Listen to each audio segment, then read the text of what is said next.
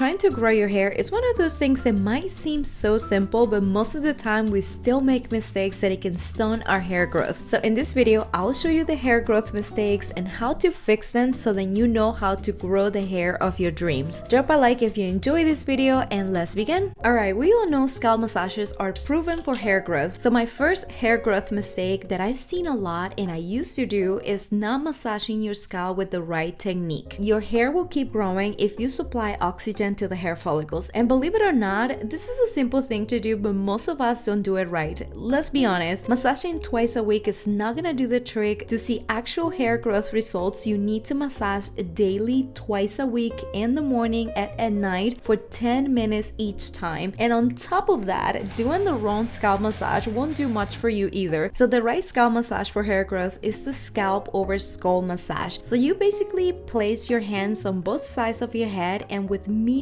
pressure, you push your scalp forward in this exact way. I know you're gonna look like you're about to change your scalp, but based on experts, this movement loosens up any calcium deposits or any type of restriction and blood flow that it can stop hair growth and ultimately improve in circulation, which is what is gonna help you with hair growth. It is a lot easier to grow hair when your scalp is in healthy conditions. So the next hair growth mistake that it will ruin your hair is not exfoliating your scalp weekly. Growth comes from the scalp. So if your scalp has buildup, dead skin, excess oils, dandruff, product residue that are not properly removed weekly, and if you allow this to continuously build up on your hair follicles, chances are you experience less growth, less healthy hair, and more hair fall. There are many safe ways to exfoliate the scalp once a week to unclog it from buildup. You can use glycolic acid before shower. You can also exfoliate on dry scalp using a scalp exfoliator like this one. You can also use a scalp exfoliator that combines physical and chemical exfoliation in the shower, which is my favorite ones to use. Weekly scalp exfoliations is what makes your hair growth treatments actually work better, because the treatment will go directly to the hair follicle instead of just sitting on top of the buildup and doing pretty much nothing in terms of growth. So you really want to prioritize this in your routine from now on.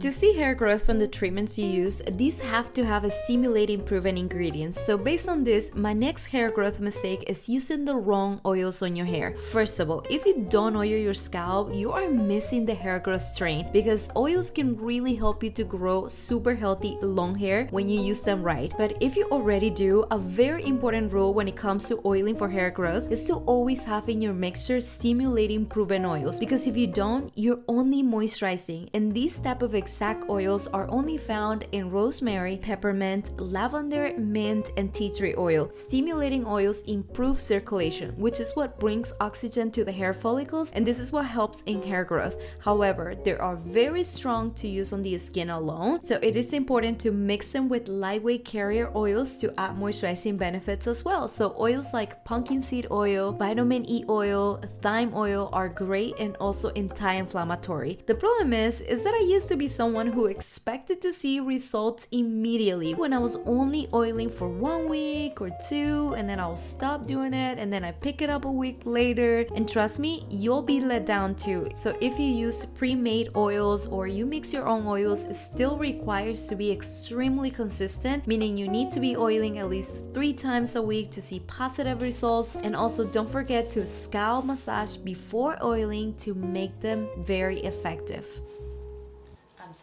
Most of the time your hair is actually growing, but you don't see it reflected in length because of breakage. So when you're using the wrong hair wash technique, which is another hair growth mistake, this can definitely affect your growth. Your hair wash routine is an important part of your hair growth journey. So if you're someone who conditions the roots and shampoo the ends, what you're gonna cause here is tons of split ends, a buildup on your scalp, and this can definitely prevent your hair from growing. So what you're gonna do instead in your hair wash routine is to only shampoo your roots using gentle crossing motion, and when it's time to rinse, let the residue from the shampoo to clean the ends of your hair. That's how they get clean, so you don't have to shampoo them. And when you condition, remove excess water and only apply on the ends of your hair, and please allow the conditioner to sit for 5 minutes minimum on your hair, because if you rinse right away or in less than a minute, this is similar to skipping conditioner and might as well just don't put it on. But please please put it on, because this is the part where you put back the hydration lost during shampoo, which is gonna prevent dryness after hair wash. Plus, you'll wash less often because your roots won't get greasy fast.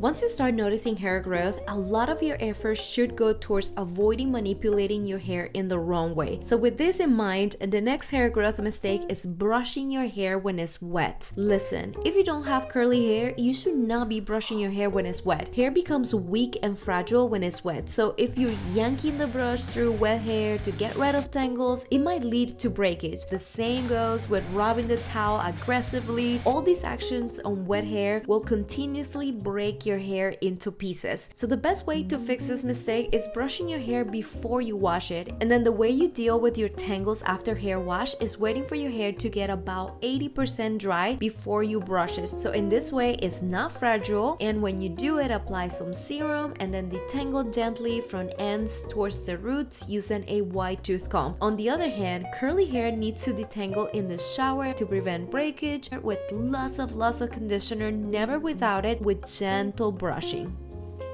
For your hair to grow long, you also need to be taking extra care of your ends to be able to retain length. So based on this, the next hair growth mistake that it will ruin your hair is not deep conditioning your hair enough. If you're someone that every time you shampoo, you skip conditioner, and after shower, you don't even use leave-in conditioner or a hair serum to put back moisture into your hair, chances are your hair will dry like a desert, break easily, and this will give you the illusion that you're not growing hair because you're not able to retain the length. So the best way to provide extra hydration, strength, and repair damage is doing deep conditioning treatments at least once a week. If you have high porosity hair, opt for creamy base moisturizers, and if you have low porosity hair, opt for liquid base moisturizers. You can also do aloe vera hair mask. These are fantastic for balancing the pH level on the hair as well. But honestly, whatever you do, do not skip moisturizing your hair with a hair serum daily, with oils before shower, and with a leave-in conditioner after shower to keep it very healthy and away from breakage.